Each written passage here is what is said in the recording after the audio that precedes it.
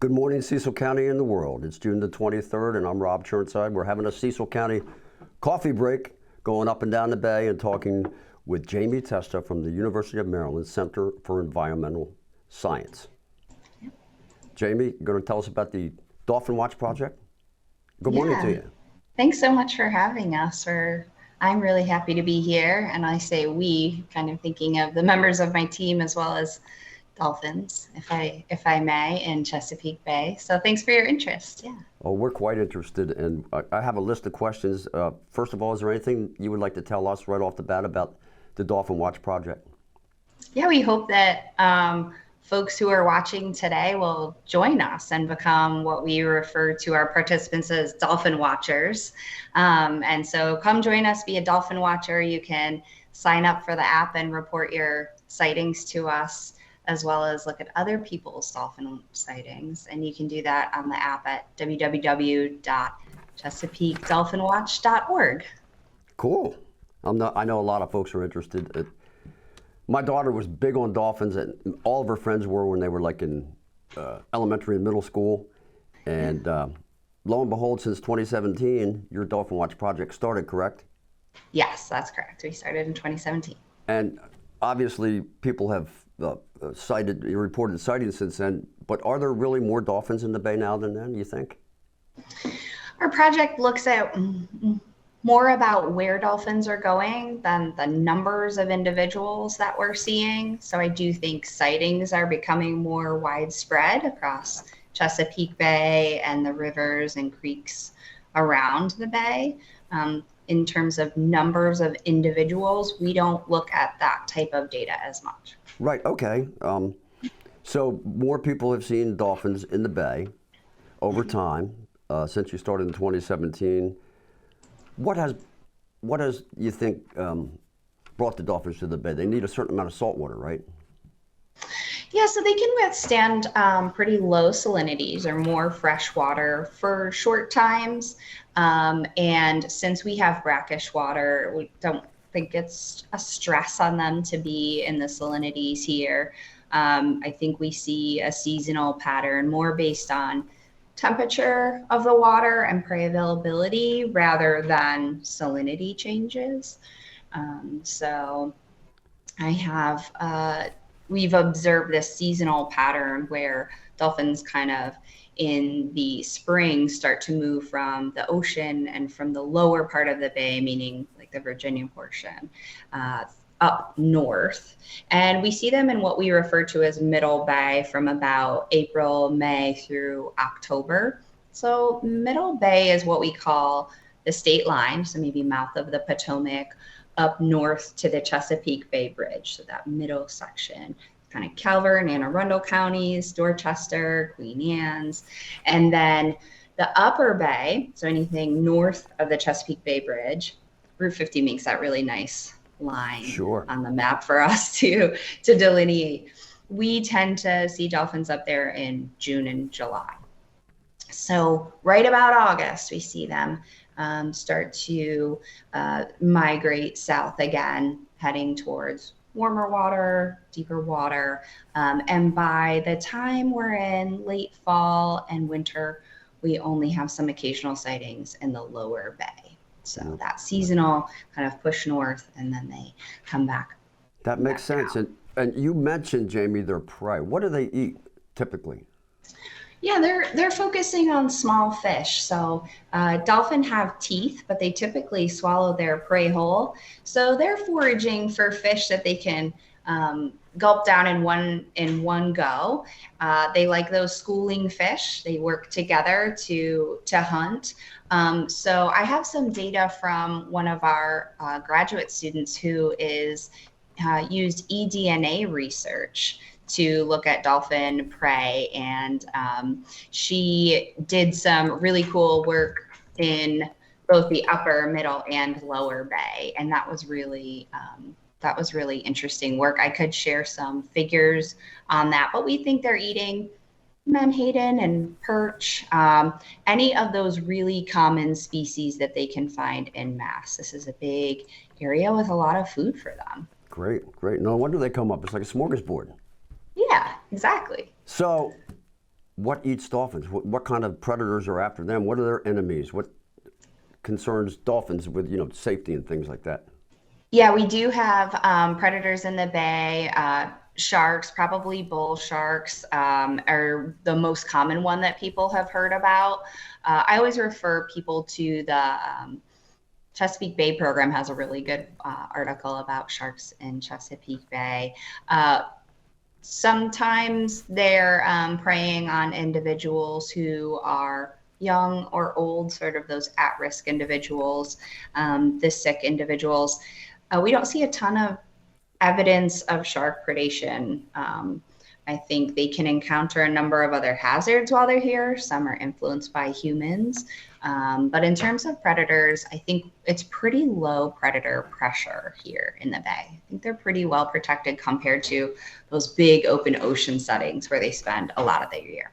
So it's like a resort for them. Plenty to eat.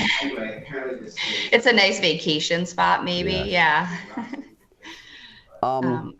Okay. So how far up the bay have they been seen? You said the upper bay in June and July? Yeah, exactly. And we do have sightings all the way up off of the up into the Elk River, as well as off of, I'm just taking a look at some of these points near Turkey Point Lighthouse. So Cool. I guess the Bohemia River and Elk River both feed in there. I haven't had any, I think, north of that Turkey Point Lighthouse area. So Aberdeen kind of seems to be the extent of it. And but interestingly enough, we did have sightings several times last year that are from the C&D Canal. So that's a new spot for us to see individuals. There may be some crossover there with populations that regularly visit the Delaware Bay. And so we're going to look more into that, kind of keep our eye on this upper bay area and see if this is a one-off, if it's just a blip in our data, or if it's more of a trend. So I think as we look through time and continue to receive these sightings and collect this data, we'll hope to have some more answers. So you said your facility is on Solomon's Island near the Yes. lower Dorchester County area. Do you go out in boats and look for dolphins for specific reasons, or? No, all of our data is opportunistically collected from our vast network of observers around the bay. So we're basically just harnessing the power of folks out on the water or near the water. We do get a lot of sightings from people on land who are looking out at the rivers and bay. And we don't do any systemic or regular transects. We're not out in the boat cruising up and down looking for dolphins. Right. So there are other projects in the bay that do that. There's a project in the Potomac River that does that. So some of these projects, do they tag dolphins and follow the individual movements, or? Our project does not. The Potomac Chesapeake Dolphin Project is in the Potomac. They're doing identification of individuals just using photo ID. So they're not tagging individuals. Okay. And so as of right now, I don't believe anyone in Chesapeake Bay is tagging dolphins. Okay. Well, that's because people wonder about that, how you. Yeah. And when people view dolphins, are there some tips regarding like responsible wildlife viewing just in general and for dolphins? Yeah. So the big picture is when you're trying to be a responsible wildlife viewer, you just don't want anything you're doing to change the natural behaviors of the animal that you're viewing, right? So nothing we do should impact the animals in a perfect world. We know that when we're observing them, they could be feeding, they could be traveling, they could be teaching their young, mating, nursing their babies. And so we don't want to impact any of those natural, normal behaviors that dolphins, that we're viewing. So we encourage people to stay 50 yards away. Again, that's if you're going to move closer, that would be your closest location within 50 yards. Sometimes the dolphins do approach you, and that's okay. That's safe. You can kind of maintain your course if you're moving. If you're fishing, pull your lines in, pull your bait in. And if you're able to put your engine in neutral. What we've noticed from both the photos and videos, as well as descriptions of sightings we've seen, is that the quieter a vessel is, typically the closer the dolphins will come to you. So if you're looking for a nice close dolphin encounter, it isn't drive towards them in your boat. It's turn off your engine if you're safe, and it's safe to do so, and let them come in towards you. We want to, like I said, encourage people to pull in their fishing lines, because that would be a risk to them. And to never, put anything else in the water. So don't try to feed them. Don't try to put your pet in the water with dolphins. We've heard some people like, maybe the dog will want to swim with them. No, that's not safe for dog or dolphin. It's not safe for people to be in the water with wild dolphins. So observe them kind of like you would on a safari, right? You stay in your Jeep on a safari and you look with your binoculars, and that would be the same. So you would never get in the water with dolphins. I hope that makes sense. It sure does. And you added some things after our prior conversation, such as don't keep your lines in the water. That's a real good point, because the dolphins will come up, then you hook the dolphin. Then what do? You don't want that to happen. Right. They're fellow travelers on our planet, and deserve our respect. I got a couple questions for you. The lifespan of a dolphin, how long and size of an adult? Yeah, so they typically live to be about, I think we think in the wild about 40 to 60 years old. The females tend to live a bit longer. And so size-wise, they can range, when they're born, they're just a 2 or 3 feet long. They're very small. They can really get to be up to about 12 feet long, depending on the population, the age of the individual. We would normally kind of estimate from afar. You would see a dolphin, you might think it's about 6 feet long. It could be closer to 9, 10 feet long. It is hard to gauge size from further away from these animals, especially because they're always moving. But yeah, they're large. They weigh a lot, and that's one of the reasons that we don't want to approach them in the water. They're very strong. They're very powerful. They can be upward, a few hundred pounds to 1,400 pounds, a ton. So they, I'll take back a ton, because I'm realizing I don't know how to convert that number very well. 1,000 pounds. And so one fluke tap from a very large, strong animal could really injure someone. Sure. Yeah, that's one of the reasons that we don't want anyone in the water with them. Well, I'll tell you what, we've learned a lot today talking to you about the Dolphin Watch project. Yeah. And one more thing I have to ask you, what can we learn from dolphins in general as people? I think that one of the things that we can learn from dolphins, especially in Chesapeake Bay, is how important the bay is to not just humans who enjoy it for recreation, but how important it is ecologically. This bay serves as such an important ecosystem, such an important habitat for so many different kinds of wildlife. And some are really iconic and they get a lot of attention on the bay.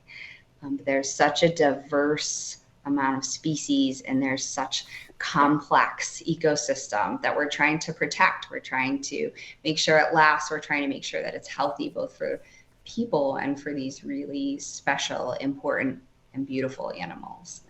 So I hope that Dolphin Watch encourages people to conserve Chesapeake Bay, to play a role in its conservation, to speak up, advocate for it, and play a part in ensuring that it gets better and never worse. And if dolphins are that motivation, we'll take it. Whatever we can take to protect the bay.